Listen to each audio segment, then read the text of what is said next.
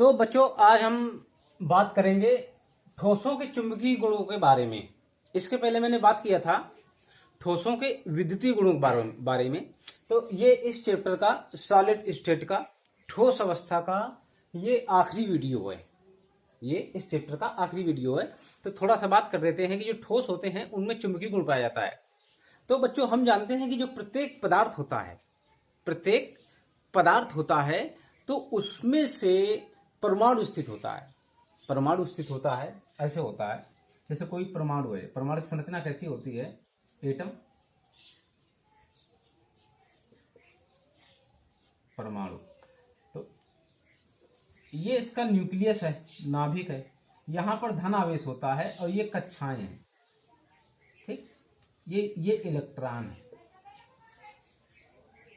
Electron तो जो धातुएं होती हैं, जो या आयन होते हैं, तो उनमें चुंबकीय गुण जो होते हैं वो किसके कारण होते हैं? वो इलेक्ट्रॉनों के कारण होते हैं। किसके कारण होते हैं? इलेक्ट्रॉनों के कारण होते हैं। इलेक्ट्रॉन क्या करते हैं? इलेक्ट्रॉन कक्षाओं में लगातार घूमते रहते हैं। ठीक, तो ये कक्षाओं में लगातार घूम रहा है। इसका निगेटिव चार्ज है, यहाँ पर प्लस चार्ज है। तो इस प्रकार ये एक दूसरे को क्या करते हैं? आकर्षित करते हैं। ठीक, जब आकर्षित करते हैं तो यही आकर्षण शक्ति पूरे एटम में आ जाती है। पूरे एटम में आने के साथ साथ पूरे एक पदार्थ में आ जाती है। तो इस प्रकार पदार्थ चुंबकीय व्यवहार करने लगता है। कैसे करने लगता है? चुंबकीय व्यवहार करने लगता है। मैंने लिखा भी है, प्रत्येक पदार्थ में कुछ चुंबकीय गुण उपस्थित होते हैं। इन गुणों की उत्पत्ति इलेक्ट्रॉनों के कारण होती है। परमाणु में प्रत्येक इलेक्ट्रॉन एक चुंबक की भांति व्यवहार करता है। इलेक्ट्रॉन में चुंबकीय आघूर्ण का गुण उसके गतियों के कारण होता है। इलेक्ट्रॉन परमाणु की कक्षाओं में दो प्रकार की गति करता है। ठीक, तो इलेक्ट्रॉन घूमता रहता है। क्या करता है? घूमता रहता है। इलेक्ट्रॉन में दो प्रकार की गति होती है। पहली ऑर्बिट वेलोसिटी होती है। ऑर्बिट मतलब कक्षाओं में गति करता है। तो इस तरह से कक्षाओं में ऐसे घूमेगा, ऐसे। इसके साथ साथ इलेक्ट्रॉनों में चक्रण गति होती है। अपने आप में भी घूमते रहता है। ठीक, अपने आप में घूमता रहता है। जैसे ये है, तो इसको ऐसे भी गति कर रही है। ये जो आप देख रहे हैं, ये थोड़ी सी बोतल है इंक की, ये इस तरह से गति कर रही है, ऐसे। और इसके साथ साथ ये ऐसे भी गति करती जाएगी, ऐसे। तो जो ऐसे गति कर रही है इस समय देखो, ये चक्रण गति है। स्पिन वेलोसिटी को बोलते हैं, चक्रण गति है। ठीक, स्पिन स्पीड है। और इस प्रकार की जो गति है ये वृत्तीय गति है। तो धातुओं में जो चुंबकीय गुण होता है वो इलेक्ट्रॉनों की गतियों के कारण आता है। इलेक्ट्रॉनों में दो प्रकार की गति होती है। पहली एक होती है चक्रण गति और दूसरी होती है कक्षीय गति। तो अब आघूर्ण उत्पन्न हो जाता है। ठीक, इलेक्ट्रॉन के कारण आघूर्ण उत्पन्न हो गया और इनके आकर्षण के कारण चुंबकीय गुण आ जाता है। तो इसलिए ऐसा कहा जाता है कि इलेक्ट्रॉनों में चुंबकीय आघूर्ण पाया जाता है। क्या पाया जाता है? चुंबकीय आघूर्ण क्या है? किसी अक्ष के परितः घूमने की प्रवृत्ति को आघूर्ण कहते हैं। किसी भी अक्ष।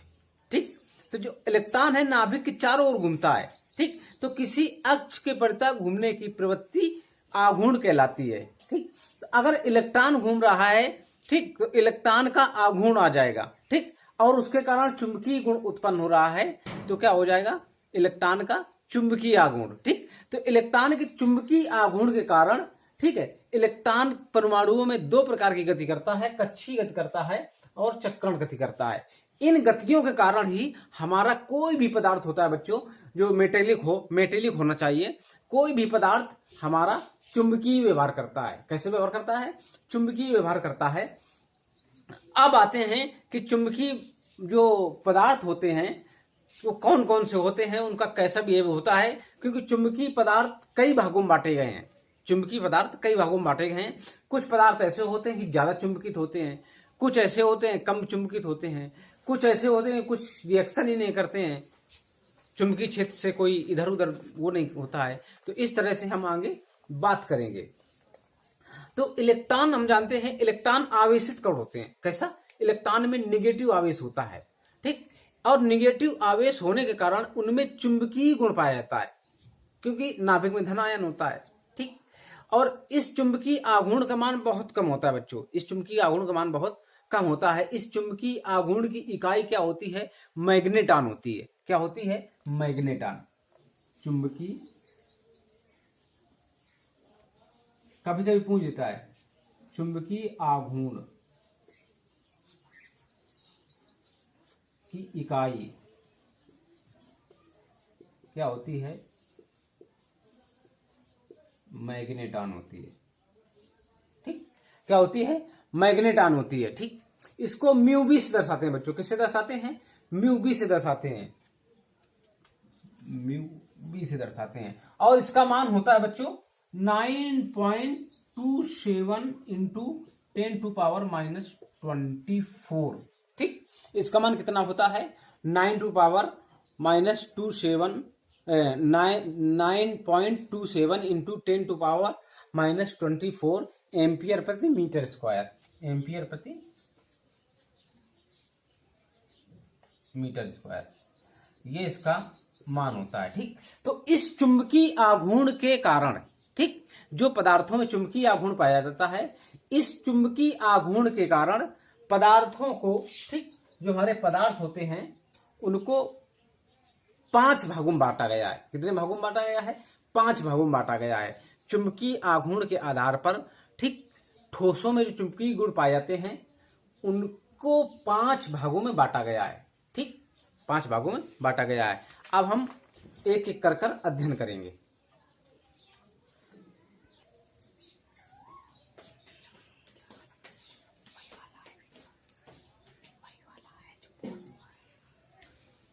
अब बच्चों हम बात करते हैं पदार्थों के चुंबकीय गुणों के बारे में। कितने भागों में बांटा गया है? चुंबकीय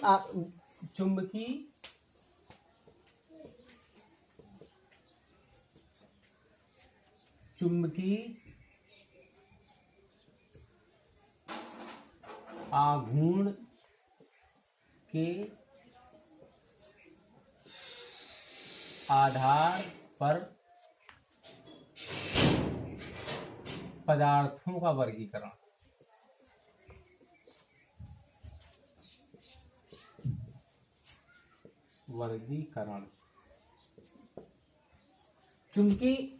चुंबकीय आघूर्ण के आधार पर पदार्थों का वर्गीकरण। ठीक, तो पहला जो है अनुचुंबकीय पदार्थ। ठीक, अनुचुंबकीय पहला टाइप है अनुचुंबकीय।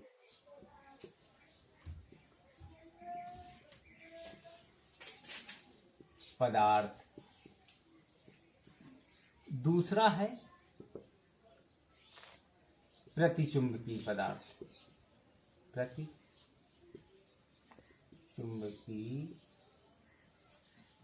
पदार्थ। तीसरा है लौहचुंबकीय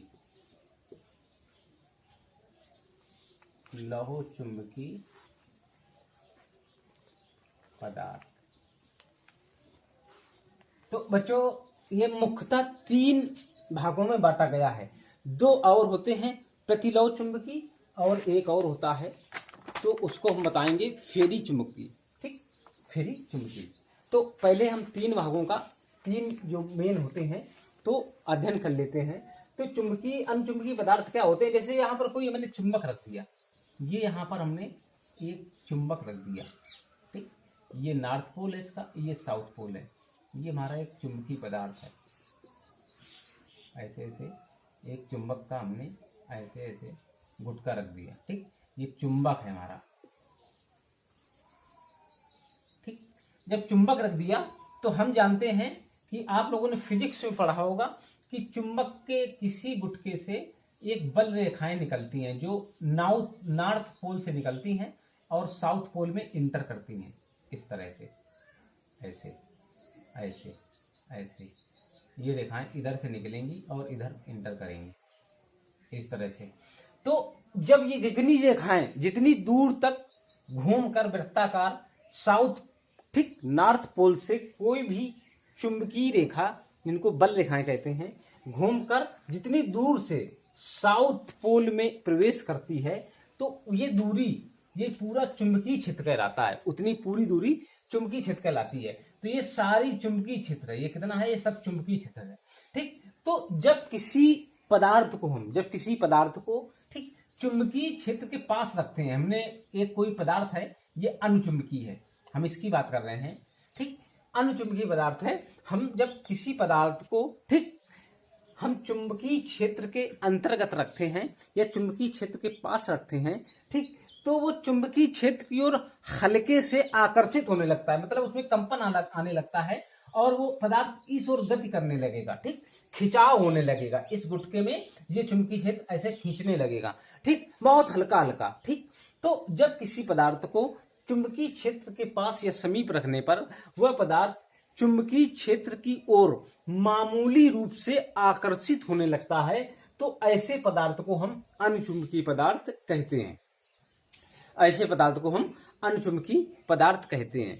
ठीक, अब इसमें जैसे चुंबकीय क्षेत्र में ये पदार्थ रखा है, तो ये जब तक रखा रहेगा, जब तक इस चुंबकीय क्षेत्र के पास या समीप या उसके अंदर रखा रहेगा, तब तक इसमें चुंबकीय गुण, ठीक, चुंबकत्व का गुण विद्यमान रहेगा। किसमें? अनुचुंबकीय पदार्थ में। इस पदार्थ में ठीक चुंबकत्व का गुण विद्यमान रहेगा, मगर जैसे ही इसको हम दूर हटा लेते हैं, इस पदार्थ को हम यहां ले आए, इस वाले गुटका को ऐसे हम यहां ले आए, तो इसका चुंबकीय गुण खत्म हो जाता है। तो आगे लिखेंगे कि अनुचुंबकीय पदार्थ जब तक वो चुंबकीय क्षेत्र के अंतर्गत रहते हैं, तब तक उनमें चुंबकत्व का गुण पाया जाता है, और जैसे ही चुंबकीय क्षेत्र उनसे हटा लिया जाता है, तो उनका चुंबकत्व का क्षेत्र खत्म हो जाता है। इस प्रकार इनमें अस्थायी चुंबकत्व पाया जाता है। कैसा? अस्थायी चुंबकत्व पाया जाता है। इनमें जो है अस्थायी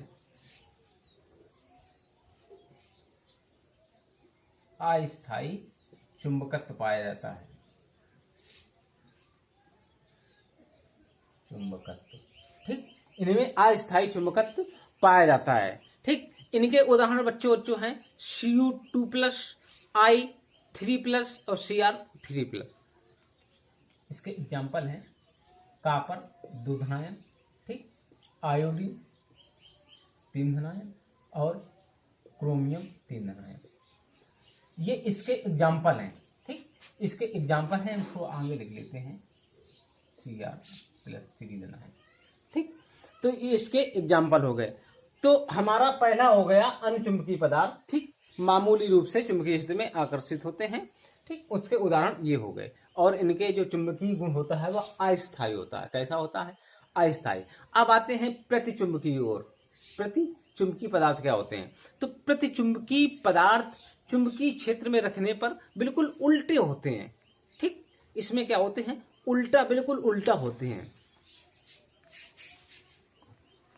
अब इसमें से बच्चों ये जो देख रहे हैं कि जो जब भी इलेक्ट्रॉन अयुग्मित होंगे, वही पदार्थ हमारे चुंबकत्व के गुण को दर्शाते हैं। ठीक, जब भी कभी भी किसी पदार्थ में जब इलेक्ट्रॉन कैसे होंगे, इलेक्ट्रॉन अयुग्मित होंगे,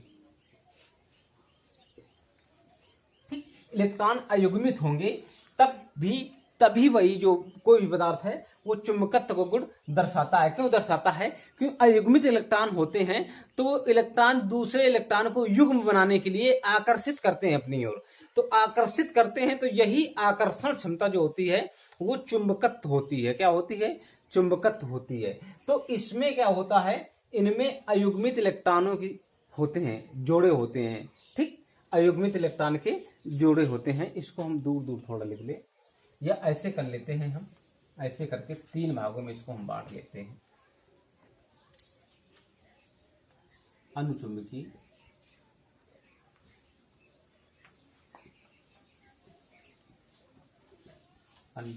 पदार्थ। नंबर 2 प्रतिचुंबकीय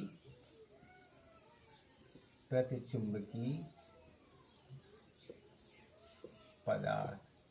नंबर 3 है लौह चुंबकीय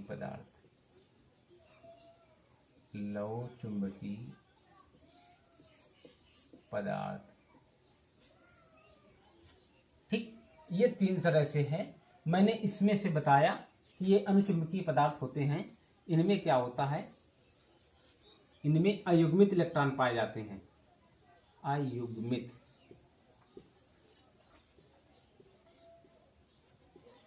इलेक्ट्रॉन, ठीक, होते हैं, पहला पॉइंट। दूसरा, इसमें अस्थायी चुंबकत्व पाया जाता है, अस्थायी चुंबकत्व पाया जाता है, ठीक। तीसरा है ये चुंबकीय क्षेत्र की ओर, चुंबकीय क्षेत्र की ओर, ठीक है, मामूली रूप से या दुर्बलता से, मामूली रूप से आकर्षित होते हैं, आकर्षित, ठीक, होते हैं। ये हमारा हो गया अनुचुंबकीय पदार्थ का पूरा अध्ययन। अब बच्चों आता है प्रतिचुंबकीय पदार्थ, ठीक। तो प्रतिचुंबकीय पदार्थ वह पदार्थ होते हैं, प्रतिचुंबकीय पदार्थ वह पदार्थ होते हैं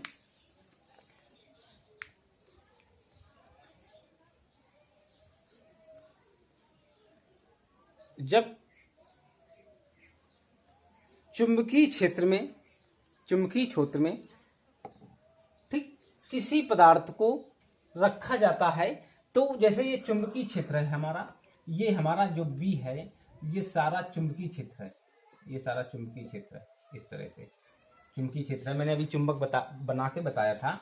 अब इसमें कोई पदार्थ, कोई गुटका रख दिया गया, ठीक। यदि ये गुटका, ये चुंबकीय, ये पदार्थ, ठीक, ये चुंबकीय क्षेत्र है, ये गुटका है, ठीक है, ये कोई पदार्थ है। तो ये पदार्थ अगर विपरीत दिशा में मामूली रूप से प्रतिकर्षित हो, तो ऐसे पदार्थ को क्या कहते हैं? प्रतिचुंबकीय पदार्थ कहते हैं। क्या कहते हैं? प्रतिचुंबकीय पदार्थ कहते हैं, ठीक। तो जब किसी पदार्थ को चुंबकीय क्षेत्र में रखा जाता है और यदि वह पदार्थ, ठीक, चुंबकीय क्षेत्र के विपरीत दिशा में मामूली रूप से प्रतिकर्षित होता है, तो ऐसे पदार्थों को हम क्या कहते हैं? अनुचुंबकीय प्रतिचुंबकीय पदार्थ कहते हैं, ठीक। तो ये क्या होगा? नंबर 1, ठीक, ये विपरीत दिशा में, चुंबकीय क्षेत्र के विपरीत दिशा में प्रतिकर्षित होते हैं, प्रतिकर्षित होते हैं। नंबर 2, ठीक, इनमें से अयुग्मित इलेक्ट्रॉन नहीं पाए जाते हैं। अगर अयुग्मित इलेक्ट्रॉन पाए जाते हैं तो वो क्षेत्र की ओर आकर्षित होता, ठीक। तो इनमें क्या होता है? इनमें प्रतिचुंबकीय पदार्थों में सभी इलेक्ट्रॉन, ठीक है, युग्मित होते हैं। कैसे होते हैं? सभी इलेक्ट्रॉन युग्मित होते हैं। तो इसलिए लिखेंगे सभी इलेक्ट्रॉन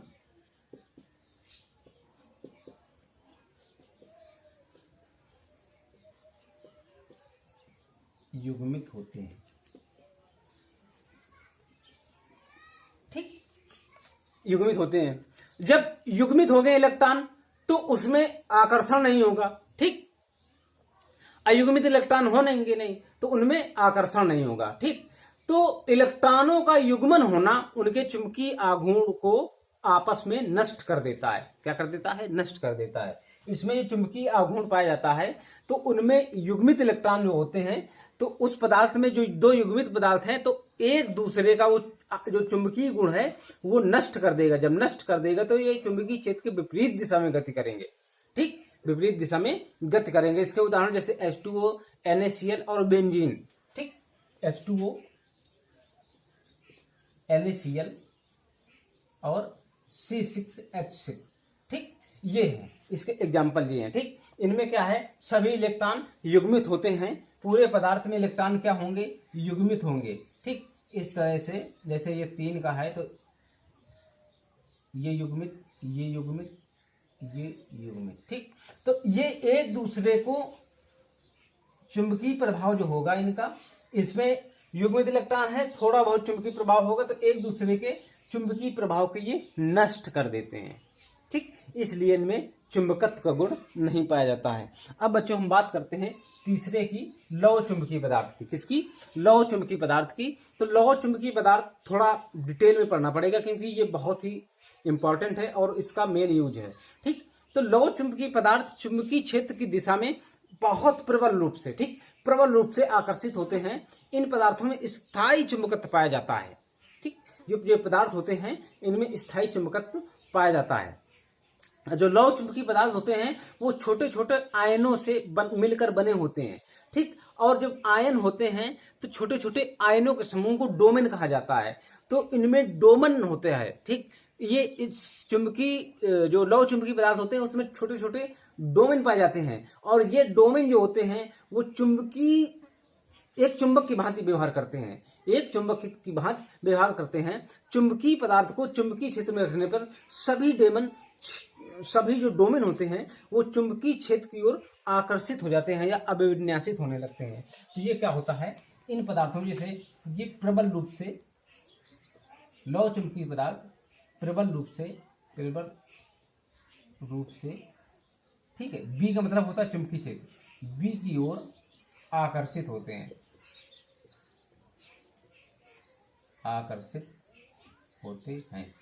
ठीक है।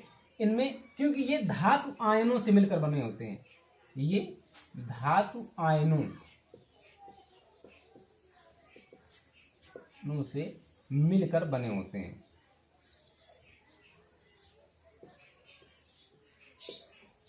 अब आयनों बच्चे, जब आयन शब्द आ जाता है तो वहां अयुग्मित इलेक्ट्रॉन होगा, जहां अयुग्मित इलेक्ट्रॉन होंगे वहां चुंबकीय गुण पाया जाएगा। ठीक है, तो ये धातु आयनों के छोटे छोटे समूह को क्या कहते हैं? ठीक है, धातु आयनों के जो छोटे छोटे समूह होते हैं, ऐसे छोटे छोटे समूह होते हैं, उसे क्या बोलते हैं? उसे बोलते हैं डोमेन।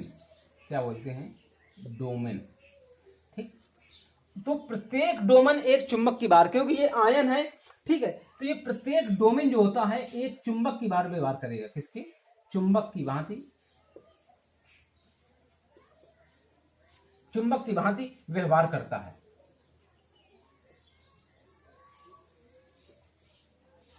ठीक, चुंबक की भांति व्यवहार करता है। तो जब हम, अब इसमें से चुंबकीय गुण कैसे होते हैं? तो जब हम जैसे ये द्विचुंबकीय क्षेत्र है, ये द्विचुंबकीय क्षेत्र है, हम किसी लौह चुंबकीय पदार्थ को, ये क्या है? लौह चुंबकीय पदार्थ, लौह चुंबकीय पदार्थ को जब हम किसी चुंबकीय क्षेत्र में रखते हैं तो ये प्रबल रूप से आकर्षित होता है, क्योंकि ये जो लौह चुंबकीय पदार्थ होते हैं वो धातु के छोटे छोटे आयनों से मिलकर बने होते हैं, और आयनों के छोटे छोटे जो आयन होते हैं, आयनों के समूह को डोमेन कहते हैं। और प्रत्येक डोमेन एक चुंबक की भांति व्यवहार करता है। कैसे व्यवहार करता है? एक चुंबक की भांति व्यवहार करता है। ठीक, प्रत्येक डोमेन एक चुंबक की भांति व्यवहार करता है। और जब लौह चुंबकीय पदार्थ को हम चुंबकीय क्षेत्र में रखते हैं, लौह चुंबकीय पदार्थ को हम चुंबकीय क्षेत्र में रखते हैं, तो ये क्षेत्र की ओर, चुंबकीय क्षेत्र की ओर ये डोमेन अभिविन्यासित हो जाते हैं। क्या हो जाते हैं? अभिविन्यासित हो जाते हैं। मतलब इनका रुझान जो होता है वो इधर हो जाता है, इनका आकर्षण, ठीक है, डोमेनों का आकर्षण किधर हो जाता है? डोमेन का आकर्षण चुंबकीय क्षेत्र की ओर हो जाता है। इस कारण ये जो लौह चुंबकीय पदार्थ होते हैं बहुत तेजी से, बहुत प्रबल रूप से चुंबकीय क्षेत्र की ओर गति करने लगते हैं, चुंबकीय क्षेत्र की ओर गति करने लगते हैं। और ये जो डोमेन अभिविन्यासित हो जाते हैं, और यदि थोड़े समय के लिए हम चुंबक को चुंबकीय क्षेत्र के अंतर्गत रखे रहें तो जो डोमेन होते हैं, डोमेन का जो अभिविन्यास होता है चुंबकीय क्षेत्र की ओर, वह क्रम बना रहता है चुंबक हटाने के बावजूद भी। ठीक, चुंबक हटाने के बावजूद वो क्रम बना रहता है। इसलिए इनमें स्थायी चुंबकत्व पाया जाता है। क्या पाया जाता है? स्थायी चुंबकत्व पाया जाता है। इनमें स्थायी चुंबकत्व पाया जाता है। इसमें स्थायी चुंबकत्व पाया जाता है। ठीक, क्योंकि डोमेन का जो अभिविन्यास है वो नष्ट नहीं होता है, वो बना रहता है। तो इस तरह से ये हो गया। इसके बच्चों एग्जाम्पल हो गए जैसे लोहा, Fe, निकेल और Ni और कोबाल्ट, CO, ये इसके एग्जाम्पल हो गए। तो इस तरह से हमारे तीनों जो मेन होते थे वो हमारे चुंबकीय पदार्थ खत्म हो गए, अनुचुंबकीय, प्रतिचुंबकीय और लौह चुंबकीय। अब हम बात करेंगे, दो और बचे हैं, उनकी हम बात कर लेते हैं। उनका थोड़ा थोड़ा अध्ययन है। वो जो दो और बचते हैं, ठीक, वो इन्हीं से मिलकर बने हैं। जो प्रतिलौह चुंबकीय पदार्थ, पहला है प्रतिलौह चुंबकीय पदार्थ,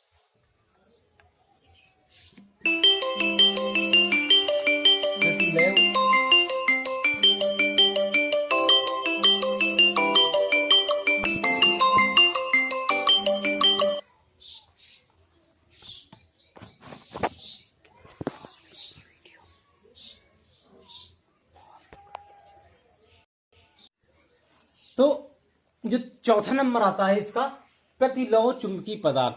प्रतिलौह चुंबकीय पदार्थ, तो प्रतिलौह चुंबकीय पदार्थ क्या होते हैं? प्रतिलौह चुंबकीय पदार्थ प्रदर्शित करने वाले पदार्थों की डोमेन संरचना लौह चुंबकीय पदार्थ जो होते हैं उनकी भांति होती है। जो प्रतिचुंबकीय पदार्थ होते हैं उनकी जो डोमेनों की संरचना होती है, अभी मैंने डोमेन बताया, धातु के छोटे छोटे आयन होते हैं उनके समूह को डोमेन कहते हैं, जिनके कारण लौह चुंबकीय पदार्थों में चुंबकत्व गुण पाया जाता है। तो जो प्रति लौह चुंबकीय पदार्थ होते हैं तो उनमें जो डोमेन पाए जाते हैं वो किसके समान होते हैं? लौह चुंबकीय पदार्थों के भांति होते हैं, लौह चुंबकीय पदार्थों के भांति होते हैं। परंतु एक इसमें पॉइंट होता है लौह चुंबकीय पदार्थ में, उनके जो डोमेन होते हैं, डोमेन ये एक दूसरे के विपरीत होते हैं। प्रतिलौह चुंबकीय के पदार्थों के अंदर जो डोमेन पाए जाते हैं, जो डोमेन क्षेत्र पाए जाते हैं, वो एक दूसरे के प्रति एक दूसरे से विपरीत होते हैं, एक दिशा की ओर नहीं होते हैं। जैसे एक ये डोमेन है, इसमें प्लस प्लस प्लस प्लस ऐसे आयन है ये, और एक ये है, ये माइनस माइनस, तो ये एक दूसरे के विपरीत दिशा में होते हैं, एक दूसरे के विपरीत दिशा में होते हैं। तो ये एक दूसरे का चुंबकत्व गुण खत्म कर देते हैं, चुंबकत्व गुण खत्म कर देते हैं। तो इस प्रकार के चुंबकीय पदार्थों में क्या कहते हैं? चुंबकीय गुण नहीं पाया जाता है या बहुत कम पाया जाता है, क्योंकि ये जो डोमेन होते हैं ये एक दूसरे के विपरीत होते हैं और एक दूसरे का ये चुंबकीय आघूर्ण खत्म कर देते हैं। अब बच्चों आते हैं इसके दूसरा जो है फेरी चुंबकीय पदार्थ। क्या? फेरी चुंबकीय पदार्थ। तो फेरी चुंबकीय पदार्थ बिल्कुल सिंपल है। इसका एक एग्जांपल लिख लीजिए, मैग्नीशियम ऑक्साइड AmNO, इसका एग्जांपल है। अब दूसरे में आते हैं फेरी चुंबकीय पदार्थ। तो जब पदार्थों में डोमेनों के आघूर्णों का जो संरेखण होता है वो समांतर होता है। कैसा होता है? जो डोमेन होते हैं वो एक समांतर होते हैं, एक सीधी रेखा में होते हैं। ये डोमेन ऐसे ऐसे नहीं होते हैं, बिल्कुल एक सीधी रेखा में होते हैं, इस तरह से। ये डोमेन, इनका जो बनावट होती है, जो संरचना होती है, समांतर होती है और एक दूसरे से विपरीत दिशा में होती है, एक दूसरे से विपरीत दिशा में होती है। तब पदार्थ में फेरी चुंबकत्व देखा जाता है। ठीक, तो उस जो गुण होगा, ठीक, पदार्थों में जो गुण होगा उसे हम फेरी चुंबकत्व कहते हैं।